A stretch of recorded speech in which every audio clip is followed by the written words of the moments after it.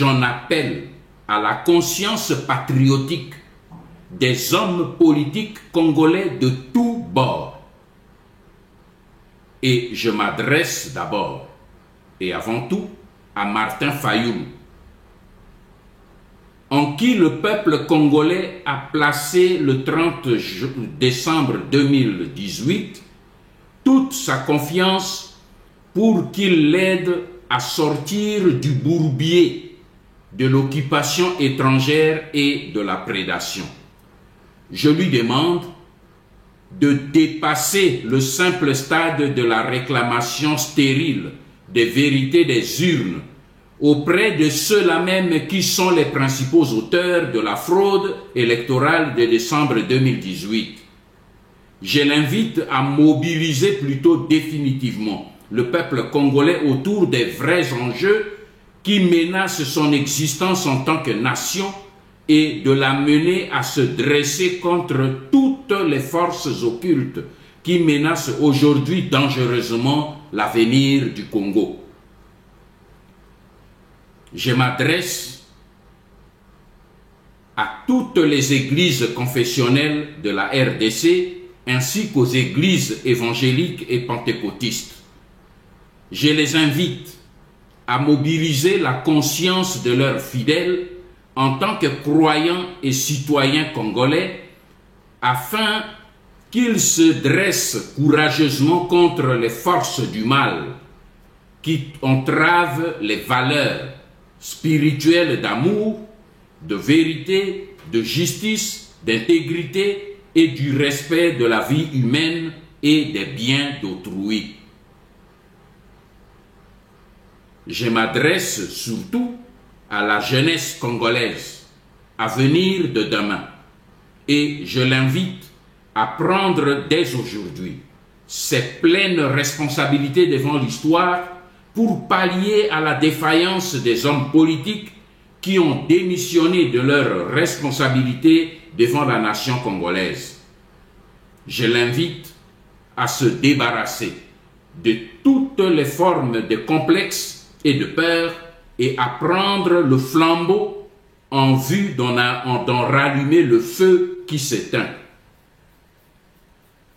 Je m'adresse enfin à tous les officiers et militaires congolais qui servent encore sous le drapeau national et spécialement à ceux appartenant aux unités qui sont envoyés au front à Minembwe pour combattre leurs propres concitoyens qui résistent contre les envahisseurs étrangers qui veulent leur arracher la terre de leurs ancêtres.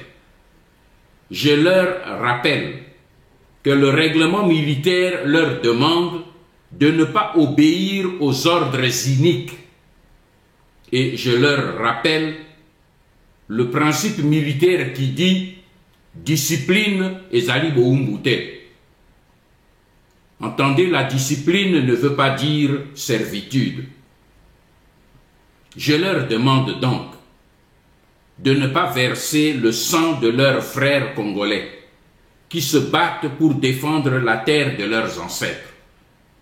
Je les invite à se tenir plutôt au service du peuple congolais pour le soutenir dans le noble combat de résistance aux forces maléfiques d'occupation et de prédation de la République démocratique du Congo. Car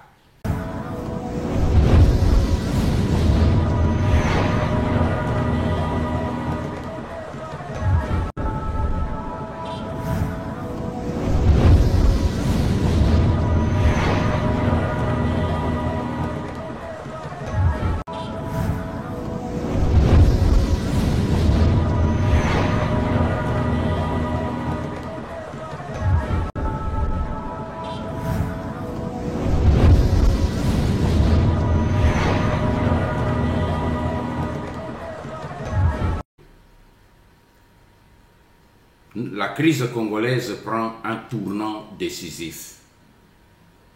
Et au moment où nous parlons, l'ennemi principal ou l'acteur principal de cette crise, Paul Kagame, le président rwandais, a déclenché l'offensive sur le plan international en utilisant sa stratégie de prédilection, le mensonge, pour arracher la terre de Minembwe à la République démocratique du Congo. Et nous ne pouvons pas faire la politique de l'autruche et faire semblant de ne pas le voir. Mais avant de vous parler du problème proprement dit, je voudrais surtout attirer l'attention des Congolais sur une arme puissante que Kagame utilise depuis les années 1990, lorsqu'il a commencé sa campagne en Ouganda pour la conquête de la région des Grands Lacs africains à la tête de l'armée hégémoniste Tutsi rwandaise pour imposer une sorte de domination Tutsi dans la région. Paul Kagame s'est toujours servi d'une arme diplomatique puissante, c'est le mensonge. Lorsque, en 1990, les troupes rwandaises de APR avaient commis des massacres sur les civils Hutus et Tutsis rwandais pendant la première offensive que Kagame avait lancée contre Kigali à l'époque, eh bien tous les crimes qu'avaient commis les troupes de l'APR ont été imputés à l'armée de Juvenal Habyarimana, le président du Rwanda à l'époque des faits. C'est la technique qu'il utilise. Je fais ce rappel historique pour comprendre ce qui se passe aujourd'hui au niveau de Minembwe. Parce que si vous ne comprenez pas l'histoire, vous risquez de ne pas comprendre le présent.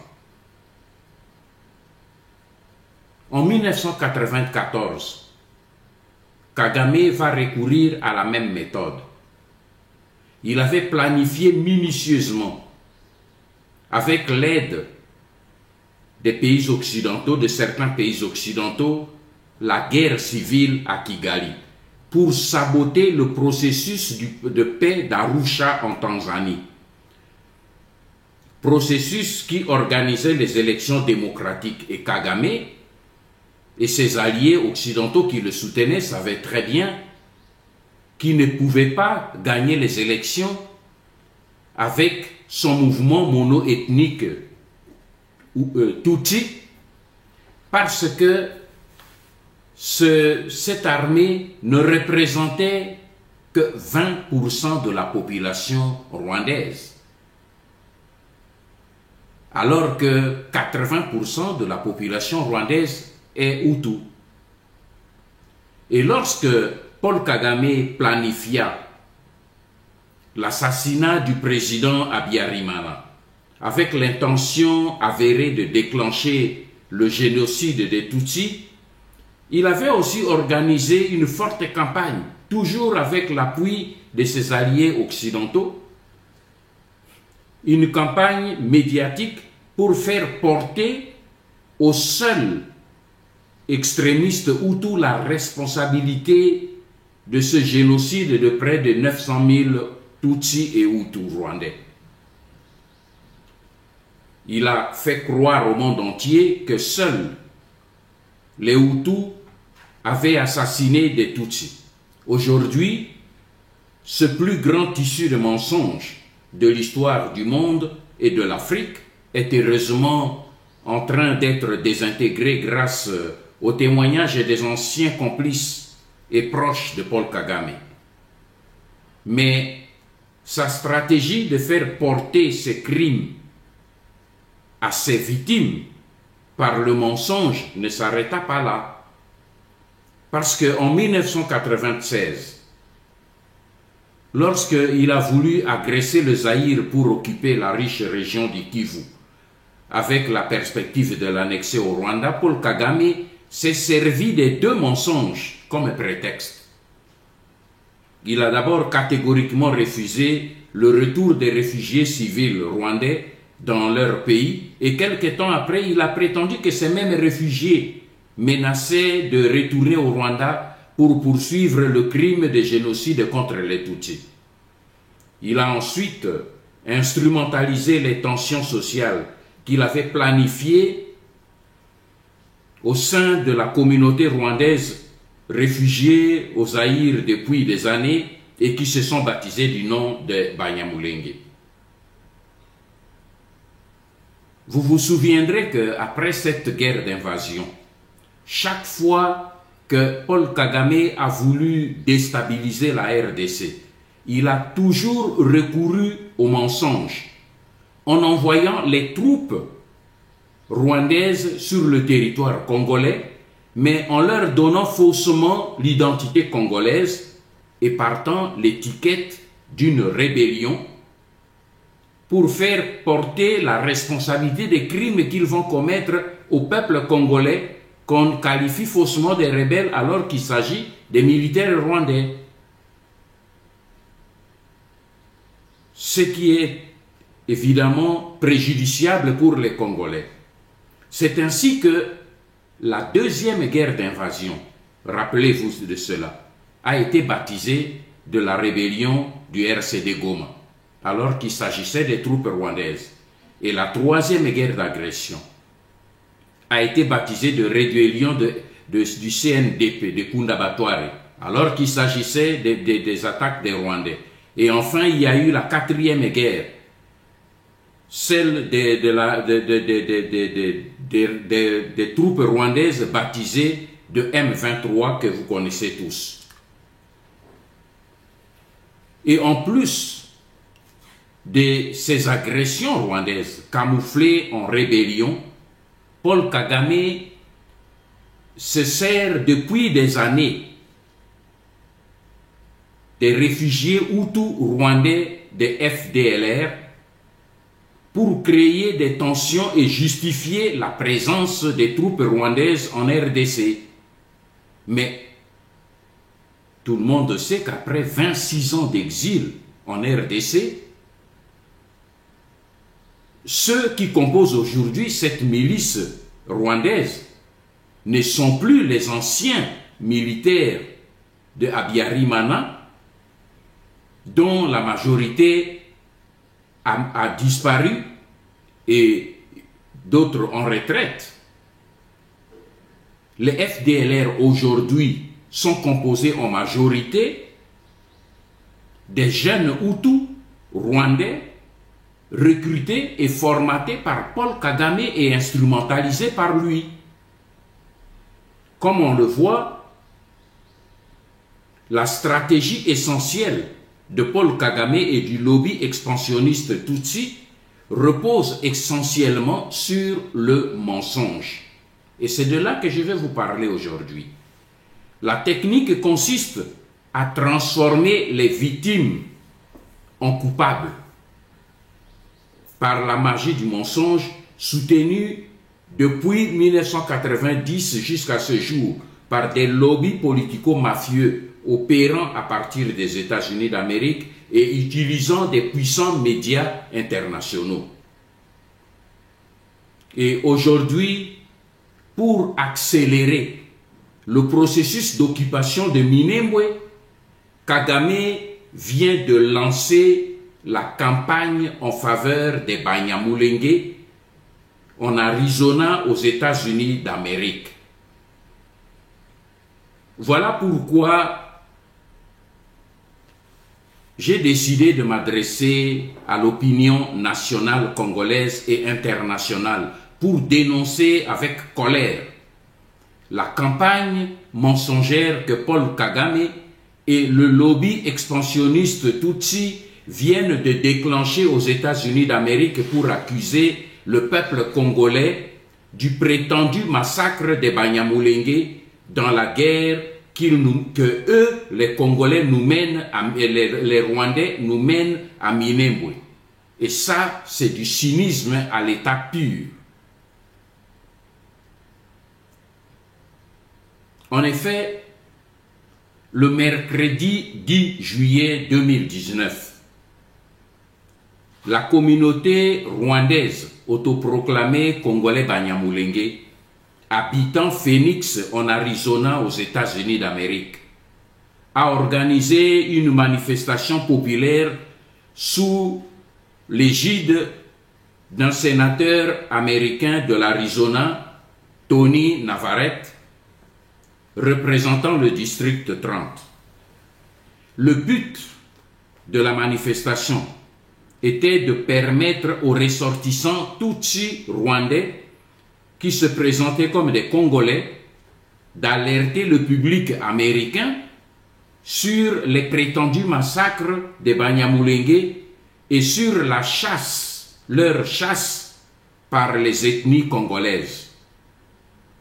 Tous ces mensonges ont pour but de solliciter l'aide humanitaire du peuple américain et l'appui des autorités politiques des États-Unis en faveur des prétendus Banyamulenge. Ainsi, dès le début de la manifestation, le sénateur Tony Navarrete a introduit le porte-parole de la communauté des prétendus Banyamulenge qui s'est présenté au public américain sous le nom de Douglas Gassora, et ce monsieur leur a tenu le discours suivant, dont je vous livre la version française libre. Je le cite.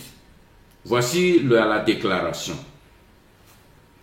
Je suis ici pour parler au nom de la communauté Banyamulenge de Phoenix en Arizona. Nous avons un petit mais un important message à vous transmettre. Ce message est contenu dans ce communiqué de presse. Et maintenant, il fait la lecture de ce communiqué de presse. Nous, ressortissants de l'ethnie Banyamulenge de la RDC, vivant à Phoenix, voudrions vous décrire le contexte et vous faire une mise au point sur la crise humanitaire actuelle qui affecte nos populations dans la région de Minembwe et du Kivu. Des enfants, c'est lui qui continue, hommes, femmes, Banyamulenge innocents sont tués et sont systématiquement expulsés de leurs maisons, chassés de leurs terres. Leurs réserves de nourriture, leurs nombreux animaux d'élevage sont pillés et abattus. D'innombrables villages sont incendiés et des milliers de personnes sont forcées de fuir dans les forêts vers les endroits inconnus. On estime qu'environ 40 000 personnes d'ethnie Banyamulenge ont été déplacées dans la région du centre de Minembwe. Au moment même où nous vous faisons cette présentation, ces hommes sont à la merci des intempéries et autres aléas de la nature, sans couverture adéquate ni avec vêtements chauds. Les besoins alimentaires et médicaux sont actuellement à un niveau critique.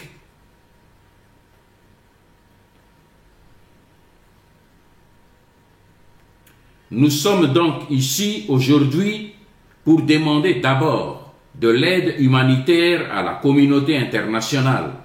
Mais avant tout, nous demandons une paix durable en RDC, mais surtout pour la communauté Banyamulenge en particulier. Je témoigne de ce que j'ai vu, et j'en ai vu beaucoup. J'ai partagé leurs expériences avec de nombreuses atrocités perpétrées contre eux en raison de leur appartenance ethnique au fil des ans. Je pense qu'il est temps que nous puissions révéler au grand jour et réclamer la nécessité d'arrêter ces atrocités.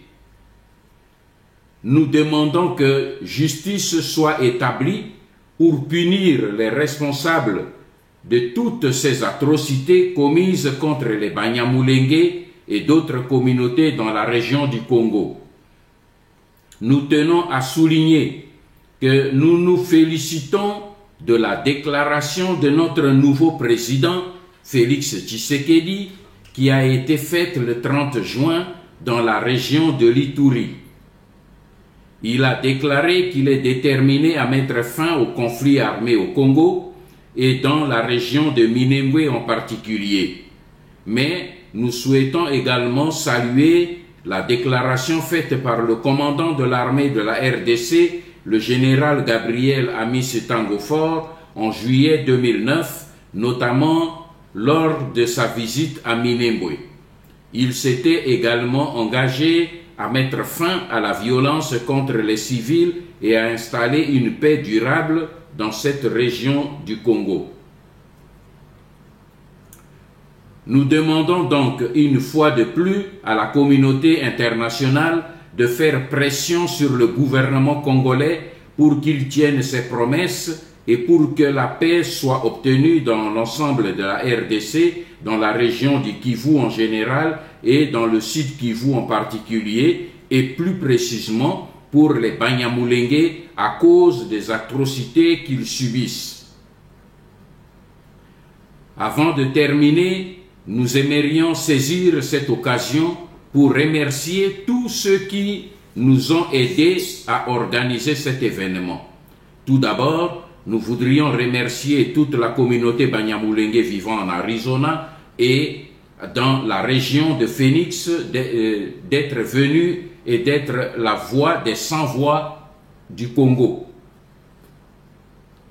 Nous voudrions également remercier le sénateur Tony Navarrete pour ses efforts et son aide pour nous avoir amenés ici et pour faire en sorte que ce message soit transmis. Et nous remercions également le représentant Tony Caron et le chef de la police, M. Jay. Nous voudrions également remercier le département de la police de Phoenix et de nous avoir donné cette opportunité et de nous avoir permis de venir ici. Nous vous remercions et espérons que ce message sera propagé. Nous voulons nous assurer que tous ceux qui se trouvent à proximité entendront ce message et pourront agir. Je vous remercie. Fin de citation. Ce communiqué des prétendus Banyamulenge que je viens de vous lire, pour que chacun des Congolais puisse en prendre connaissance, parce que le document et le communiqué étaient en anglais. Si nous regardons ce communiqué, nous pouvons faire quelques observations. Premièrement, dans ce communiqué de presse, les prétendus Banyamulenge se présentent comme étant des victimes, ce que je vous disais, de la violence des Congolais. C'est eux, les Banyamulenge, qui deviennent maintenant des victimes, et le communiqué pousse le culot jusqu'à préciser qu'il y a plus de 40 000 Banyamulenge qui ont été chassés de leur village. C'est ce qu'ils disent aux Américains maintenant. Et pour semer la confusion, les Banyamulenge utilisent le vocable que l'ONU utilise quand il parle des Congolais qui ont été chassés, les déplacés. Vous voyez la technique pour semer la confusion. Parce que l'ONU parle souvent des déplacés. Or, si je prends un document de l'ONU que j'ai sous mes yeux, une fiche de l'ONU de juin 2017 à la page 1, ce rapport dit ceci. En juin 2016, la République démocratique du Congo comptait 1 700 000 personnes déplacées. 1 700 000 personnes déplacées. 12 mois plus tard, poursuit le rapport de l'ONU, la RDC est le pays africain le plus affecté par les déplacements internes avec 3 800 000 personnes déplacées. Cette forte augmentation explique le rapport, plus grande que la population de Bruxelles, est née des violences dans le Kasaï qui ont poussé plus de 1 million de personnes à quitter leurs habitations, ainsi que dans le Tanganyika et le Nord Kivu. Les femmes constituent 52% des personnes déplacées et les familles d'accueil, 80% constituent le mode principal d'accueil. Fin de citation. Et si nous comparons maintenant les données de l'ONU avec les élucubrations des prétendus Banyamulenge aux États-Unis, eh bien on peut se poser la question: comment une population de Banyamulenge qui n'atteint même pas 100 000 hommes peut-il prétendre être victime des Congolais qui les chassent, alors que les Congolais chassés sont plus de 1 700 000 personnes qui ont été chassées? Alors on pose la question, qui est en train de chasser qui? Et ça, c'est l'œuvre de Kagame. Les Congolais ont été chassés plus de 1,5 million dans cette même région du Kivu. Et les Banyamulenge disent que c'est eux qui subissent les sévices des Congolais, et il y a plus de 40 000 Banyamulenge qui ont fui. Alors, qu'on pose la question, qui est en train de chasser qui? Et la vérité est que le monde doit savoir, c'est que les Rwandais veulent escamoter cette vérité, c'est que l'armée rwandaise opérant en RDC, et quand je dis l'armée rwandaise opérant en RDC, il s'agit de l'armée qui vient du Rwanda et de l'armée qui vient du Congo, dirigée par les Rwandais. Toutes ces armées sont des armées rwandaises, que ce soit au Rwanda comme au Congo qui est occupé, ces armées sont rwandaises, et ce sont ces armées qui s'en prennent aux Congolais, aux ethnies congolaises. C'est ça la vérité. Et c'est ça ce que nous ferons comprendre aussi aux Américains. Parce que j'ai décidé, comme ils ont dit qu'ils vont écrire au Sénat, nous allons nous aussi écrire.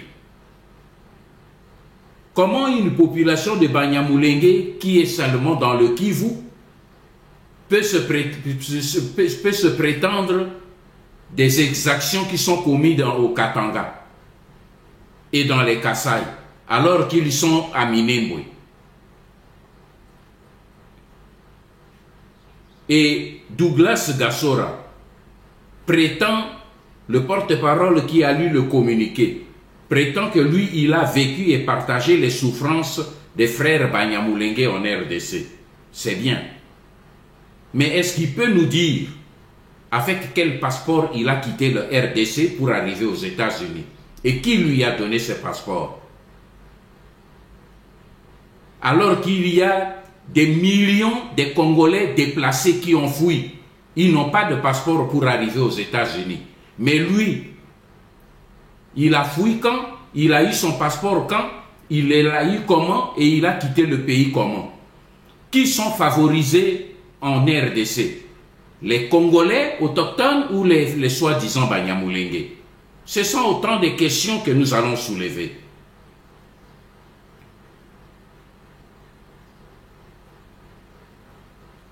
Et je vous fais remarquer que les chaleureuses félicitations des Banyamulenge, et nous verrons que ces mêmes félicitations ont été reprises par leurs sponsors américains, adressées à Félix Tshisekedi, montrent comment Kagame se sert de notre frère Félix Tshisekedi comme leur porte-parole pour accréditer maintenant les thèses mensongères de Kagame.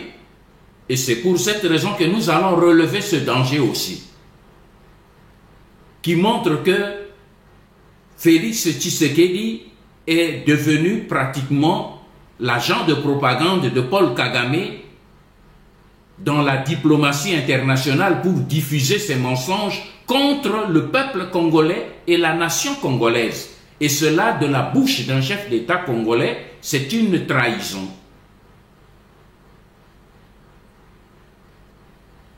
Mais après la lecture du communiqué de presse de Douglas Gassora, le sénateur américain Tony Navarrete, a repris la parole pour expliquer au public américain et à la presse la portée réelle des manifestations de ce jour. Et à ce sujet, il a dit ceci. Je vous cite la traduction de son discours. Ce qui se passe, c'est que la communauté derrière vous, donc la communauté Banyamulenge, est véritablement en train de s'organiser, écoutez-le bien, excusez-moi, est véritablement en train de s'organiser non seulement ici dans l'état de l'Arizona, mais dans tout le pays, donc dans tous les États-Unis, et nous voulons assurer que nos dirigeants politiques puissent écouter leur message. Je vous assure, il poursuit, je vous assure donc que nous ferons un effort particulier pour faire parvenir ce message aux 2 membres du Congrès de l'Arizona au Capitole, à Washington, les sénateurs Max Sally et Sinema, afin qu'ils exercent la pression nécessaire sur le gouvernement congolais. Il poursuit, je souhaite féliciter le président de la RDC, Tshisekedi, pour certaines déclarations qu'il a faites, parce qu'il a déclaré qu'il veut voir la violence cesser dans l'est du Congo et qu'il veut s'assurer que ces communautés Banyamulenge soient protégées.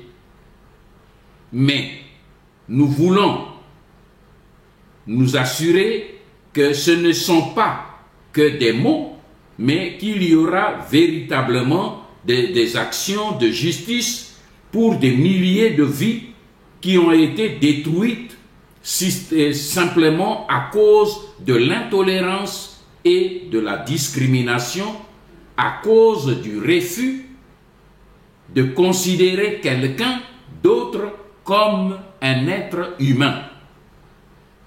Fin des citations. Remarquez vous-même déjà cette campagne mensongère qui commence. Comme on peut le constater, la manifestation des prétendus Congolais Banyamulenge de Phoenix en Arizona est loin d'être un phénomène spontané et isolé des Tutsis rwandais. Mais, comme l'a dit le sénateur Tony Navarrete, il s'agit là du lancement d'une vaste campagne qui vise à mobiliser le peuple et le gouvernement des États-Unis d'Amérique en faveur des prétendus Banyamulenge présentés là-bas comme une ethnie minoritaire victime de la barbarie des autres ethnies congolaises qui leur arrachent leurs terres et leurs biens. Et mes frères, si nous ne faisons rien, demain, ce sont ces puissants médias mensonges des États-Unis et d'Europe qui vont s'emparer de cette thèse pour l'accréditer et réclamer que Minembwe soit cédé aux Rwandais, déguisé derrière le vocable de Banyamulenge pour les protéger contre la violence des Congolais. Ainsi, du statut des criminels, les Tutsis rwandais qui ont violé et tué les millions de Congolais vont devenir des victimes à protéger contre les méchants Congolais que nous sommes devenus. Et pendant ce temps-là, malheureusement, la communauté congolaise des États-Unis est totalement invisible et absente de la scène. C'est malheureux. Tandis qu'en République démocratique du Congo, la classe politique congolaise, toutes tendances confondues, est plongée dans la course au pouvoir où chacun se bat pour avoir accès à la mangeoire nationale. On distrait le peuple avec des querelles stupides du bureau du Sénat, des postes ministériels, des tensions au sein des alliances et des coalitions politiques, et j'en passe. Et quand je lance le cri d'alarme pour prévenir le peuple congolais contre ce danger, certaines voix s'élèvent pour me traiter d'extrémiste. Et pourtant, mes frères, le danger est sur nos têtes.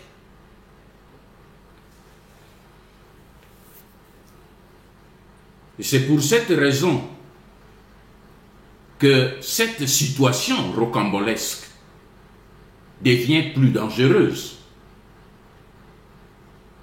La situation que nous venons de vous décrire, elle devient plus dangereuse quand on considère que les Rwandais et leurs alliés et complices occidentaux ne jurent plus que par le nouveau chef d'État congolais, Félix Tshilombo Tshisekedi, pour ne pas le citer, dont le discours et les déclarations politiques ne font que soutenir la campagne mensongère visant à faire porter au peuple congolais la responsabilité des crimes que les troupes rwandaises de Paul Kagame ont commis et continuent de commettre dans notre pays, la République démocratique du Congo, depuis 1996. Et si je suis venu m'adresser à vous, c'est parce que dans le communiqué final du sommet quadripartite entre les chefs d'État et de gouvernement de l'Angola, de la RDC, de l'Ouganda et du Rwanda, sommet qui s'est tenu à Luanda, en Angola, ce 12 juillet 2019, plus précisément au point 5 du communiqué conjoint des chefs d'État, il a été stipulé ce qui suit, je cite. Les chefs d'État ont salué les efforts entrepris par les autorités de la République démocratique du Congo en vue de la pacification de l'ensemble du territoire national, en condamnant fermement la persistance des groupes armés à l'est du pays, réfractaires du processus de paix engagé et qui déstabilisent les pays voisins. Mes frères, si Félix Tshisekedi ne le sait pas peut-être par manque d'expérience, mais je crois au moins que les collaborateurs et les experts qui ont certainement contribué à rédiger ce communiqué savent qu'en diplomatie, le poids des mots ont des conséquences parfois plus dévastatrices que les armes à feu. En condamnant officiellement avec les 3 autres chefs d'État, dont Paul Kagame, la persistance des groupes armés à l'est de la RDC et surtout, en confirmant que ces troupes armées déstabilisent les pays voisins. Un texte pareil, en le signant Félix Tshisekedi, se fait ici l'avocat de la thèse mensongère entretenue par Paul Kagame et qui tend à rendre la République démocratique du Congo responsable de la déstabilisation du Rwanda, alors que c'est le Congo qui est déstabilisé et agressé par le Rwanda. Comment pouvons-nous accepter de telles inepties? En effet, Félix Tshisekedi et son allié Paul Kagame peuvent-ils dire aux Congolais combien de villages rwandais ont été attaqués ou pillés et combien de Rwandaises ont-ils été violées, éventrées ou enterrées vivantes par des milices en provenance de la République démocratique du Congo? Peuvent-ils nous dire combien de Rwandais et d'Ougandais ont été chassés de leur terre natale pour fuir les attaques des milices congolaises en provenance de la RDC? Je viens de vous donner le chiffre de 3 800 000 Congolais déplacés, selon le document officiel de l'ONU. Qui déstabilise qui? Félix et ses alliés Kagame et Museveni sont-ils capables de nous dire quelle portion du territoire rwandais ou ougandais est aujourd'hui occupée soit par les milices rwandaises des FDLR, soit par les rebelles ougandais des ADF NALU? Tout le monde sait que toutes ces prétendues rebelles rwandaises, rwandais et ougandais, n'opèrent jamais dans leur propre pays d'origine. Leur champ d'action, c'est la RDC. Que ce soit les rebelles rwandais de FDLR, que ce soit les rebelles ougandais de l'ADF NALU, tous ces rebelles tuent, pillent, violent au Congo, mais jamais dans leur pays. Comment un chef d'État congolais peut-il faire une déclaration officielle avec d'autres chefs d'État et avec le chef d'État agresseur des pays agresseurs pour dire que ce sont ces milices qui déstabilisent leur pays? Comment peut-on accepter cela? Comment peut-on comprendre cela? Et devant ces vérités flagrantes, qu'un chef d'État congolais se joigne publiquement aux agresseurs de notre pays pour cracher sur le sang des millions de victimes congolaises reconnues par les enquêteurs des Nations Unies et des ONG internationales, une telle attitude dépasse l'entendement. Le nouveau président de la RDC a-t-il seulement pris la peine de demander au docteur Denis Mukwege l'identité des criminels qui violent nos mamans, qui détruisent leurs appareils génitaux, qui les enterrent vivants, qui les déchiquettent? A-t-il demandé au docteur Mukwege de lui dire qui sont les auteurs? Je ne saurais donc terminer cette adresse sans lancer un appel patriotique à tous les Congolais de l'intérieur et de l'extérieur de la République démocratique du Congo pour l'inviter à se mobiliser pour sauver Minembwe. Nous devons sauver Minembwe parce que Kagame vient de déclencher cette campagne internationale au travers des soi-disant Banyamulenge. C'est pour tenter de nous d'arracher Minembwe.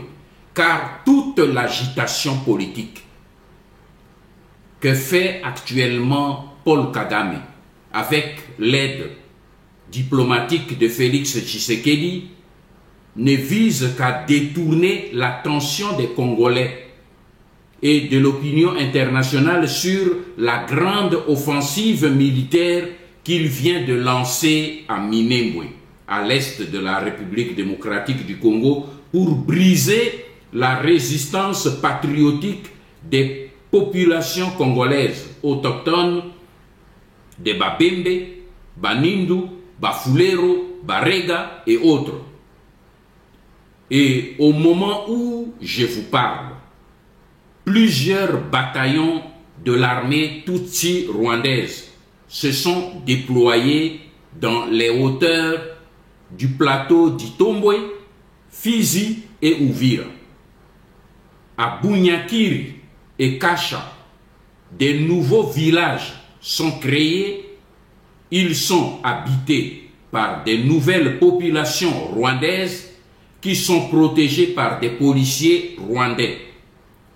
L'ONU et les ONG opérant dans cette région ne me contrediront pas.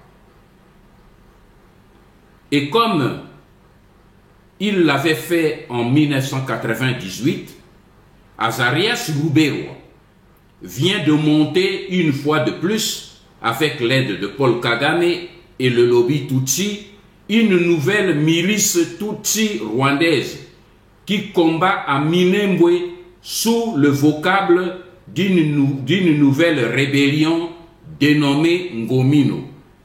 Il semble que c'est un mot kinyarwandais qui symboliserait la détermination des Rwandais à ne pas quitter le territoire congolais. C'est donc une sorte de pied de nez de Roubaix-Roi aux Congolais. La bataille de Minembwe constitue donc pour Kagame l'étape fatidique de son projet machiavélique d'établir à l'est de la République démocratique du Congo un territoire rwandais qui a pour but de résoudre la double problématique de l'exiguïté du territoire rwandais et de la démographie galopante au Rwanda. Ce que nous n'acceptons pas, c'est que le Rwanda résolve ses problèmes internes sur le dos de la République démocratique du Congo et du peuple congolais. Voilà pourquoi j'en appelle à la conscience patriotique des hommes politiques congolais de tous bords. Et je m'adresse d'abord et avant tout à Martin Fayoum, en qui le peuple congolais a placé le 30 décembre 2018 toute sa confiance pour qu'il l'aide à sortir du bourbier de l'occupation étrangère et de la prédation. Je lui demande de dépasser le simple stade de la réclamation stérile des vérités des urnes auprès de ceux-là même qui sont les principaux auteurs de la fraude électorale de décembre 2018.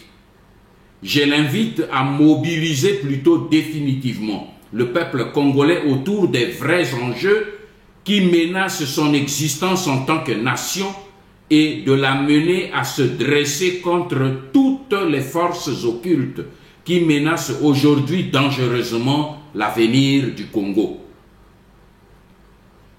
Je m'adresse